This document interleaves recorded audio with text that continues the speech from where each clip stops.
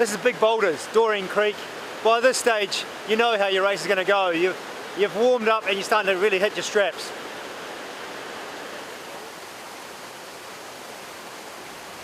Trevor Voice continues to lead the two-day race through big boulders, which for the leaders is about 80 minutes up the valley. His nearest challenger, Stephen McKinstry, is 6 minutes back, making up time for his teammate's puncher.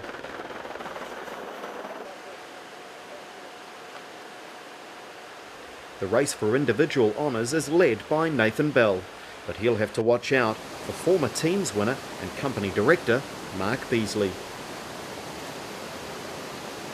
The routes up the valley may vary, but one thing doesn't. There's always plenty of fresh alpine water to quench your thirst.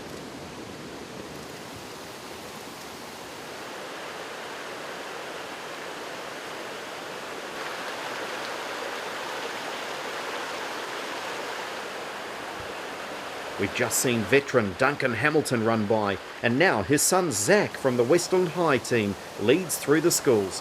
Go Dad! This is the highest point of the Coast to Coast race. It's the middle of the Southern Alps. This is what it's all about, the mountains. So it's a great relief to get here for the athletes. The first figure to emerge through the cloud of Goat Pass is team athlete Trevor Voice. He's stamping his domination over the Southern Alps. Stephen McKinstry's hopes of catching Voice have gone, with the gap now over 12 minutes. Young individual competitor Nathan Bell is proving remarkably durable in third place overall. He'll need to be to keep experienced multi-sporter Mark Beasley at bay if to hold the individual lead at the end of day one. Hey? Okay.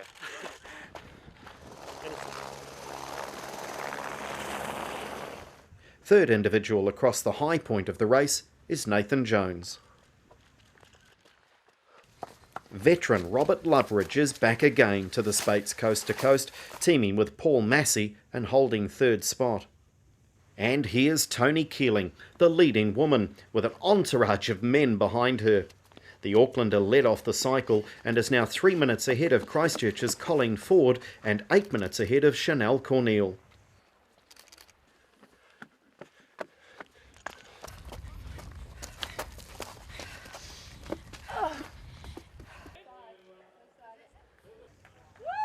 As the first runner comes into sight of Klondike Corner, it's Trevor Voice who has led for the entire 33 kilometres and set a blinder of a time, 2 hours 58 minutes. Smiling all the way to the line, dancing in, world record time. I've no idea if it's a world record, but it's bloody good. Trevor Voice. Matt came in really well off the bike today, really early on, and we had a great transition. And I just went out with the philosophy of absolutely smashing it.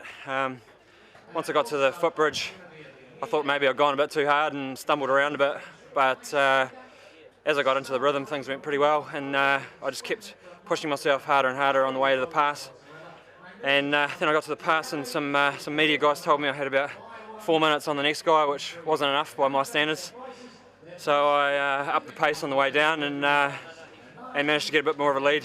Which Voice has opened 14 minutes on his key opposition, Steve McKinstry. He's done it. 21-year-old Nathan Bell is first of the individuals after day one of the two-day race. Just a bit of a fall.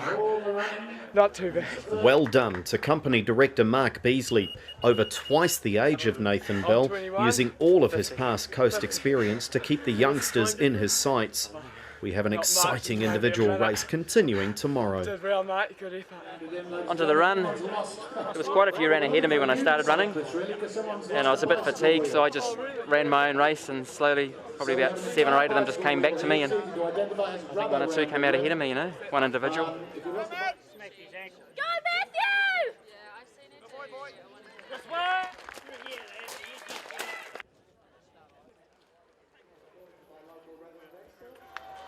Ouch! We have a team runner down, just metres to go. Falling here is not unusual, as coordination and energy are at a low. But he's back on his feet to finish the journey and probably visit the first aid tent.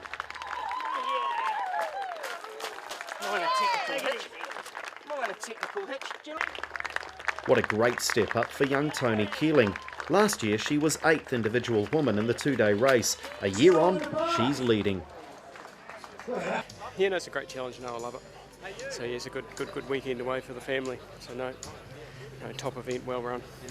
Dunstan and Westland High School team Nakaya Randall and Kelsey Hamilton lead the girls' race, and they're high up the leaderboard. Second individual woman home is Colleen Ford, 3 minutes behind leader Keeling. But Keeling's a decent paddler, and she's in a new JKK Magnetar kayak tomorrow. She must be hopeful now of taking the lead all the way to Christchurch. Friends and family wait for runners who stream down off the Alps. Tents are pitched and campsites are ready for a night's rest. There's a big day tomorrow. As Jan Kees Skippenstein of JKK Kayaks makes Klondike, news is through that blind competitor Neelusha Memon has made Goat Pass Hut ahead of the cut-off time. It's been really tough, eh? The boys have just really pushed me through it. They haven't really let me stop anything. We're doing feedings, and they're just feeding me as we go, and drinking as we go. So we're not wasting any time. We just really been pushing through it. So Memon and her companions are celebrating beating the first cut-off with some pizza. It's not over yet though, as there are plenty of steep and difficult sections on the descent, and underfoot it's roots almost all the way. For Voice, the journey from Goat Pass to Klondike took just over an hour, while Memon will be racing the cut-off.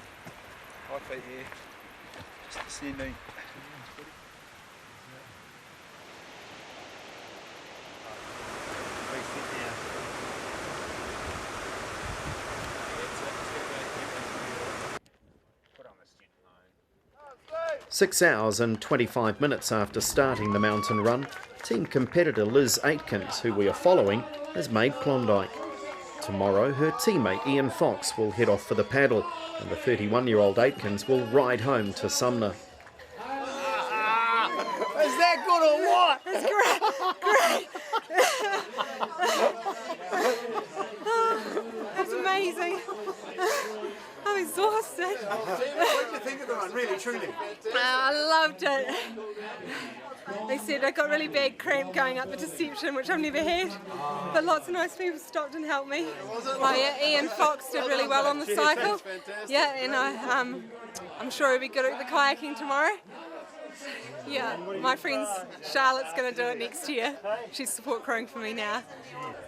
It's multi-sport heaven, with a massage and food for competitors, top race gear on show, and the best tasting beer on the planet, Spates, right here at the foot of the Southern Alps.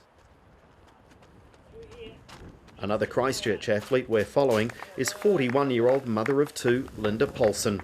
She's giving the race a crack as an individual and completes the run in 6 hours 52, 9 hours total for the day. I had a great bike ride, way better than what I expected, and yeah, I was really pleased with that, but quite a bit slower on the run than what I thought. I've done something to a ligament in my knee, so struggled on from halfway, but that's cool. I've made it. That's what I wanted to do, so yeah, I'm really pleased. Pleased to be here and having a beer. I think it's completely doable. I think that you don't really have to be a runner. If you're a great tramper, you could get through that. You know, it's probably put up on a pedestal as being a huge event, and it is a huge event, but it's really achievable for those people who want to do it. I'd talk anybody into doing it. I'd say give it a go, because you'll be surprised. The carnival atmosphere in the canvas city winds down for a good night's rest. You'll have to tell us what lurid. Julie McKinnon is racing in a team with Deborah Somerville. Husband Blair McKinnon is racing as an individual. To celebrate her recovery from a brain tumour, the couple run the crossing together. A nice romantic thought here amongst the wilderness and at a much more leisurely pace. Well done, Julie and Blair. Is that good or what? Oh, lovely, thank you. Yeah, it's pretty good. Yep, no, nice up there.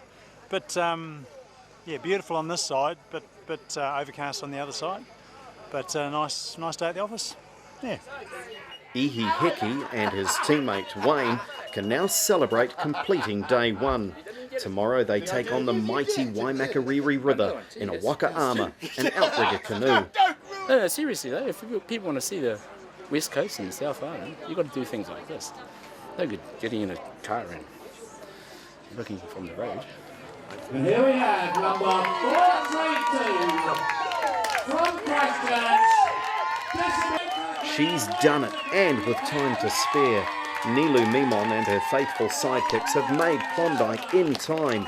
She's showing us all that with a bit of determination and support, dreams can be achieved. Memon knows today's Goat Pass Alpine crossing was the most physically taxing part of her challenge, but she says her biggest fear of the whole race is falling out in the 67-kilometre whitewater kayak tomorrow. She won't be complacent. It's just amazing the support that I've got really for this whole thing, and I'm absolutely just really over the moon really. I'll get the kayak done with Dave Maitland and the bike again with Ollie, and hopefully I'm just going to get this race finished. Be great. And wrapping up day one's action is Mike Ward, who's completed every Spates coast to coast bar one, missing last year's race due to injury. Mr. Ward, you are a legend. Nice. 30th anniversary, the 2-day race is over for the first day, and we've had a huge variety of competitors. So we've just had Mike Ward just come in, and we're really close to the cut-off time. He's the last competitor. But at the pointy end of the field, we've had some really good performances in the team, especially Trevor Voice, just blitzed the field by, he had 16 minutes on the next runner. In the individuals, we had Nathan Bell, separated 50 seconds back to Mark Beasley, really close racing there. In the women's teams, we had Simone and Jen Bush, 13 minutes ahead of the next team. And in the individual woman, Tony Keeling, a blitz of a run, really good, 3 minutes ahead of Colleen Ford, who's closing the gap. It'll be an interesting day tomorrow on the kayak. Tomorrow's weather forecast is awesome, so that means it's just the competitors against themselves and the wilderness, the mountains. And also tomorrow, of course, it's the big guns. They come out to play, the world champs' longest day. It'll be a great race to watch.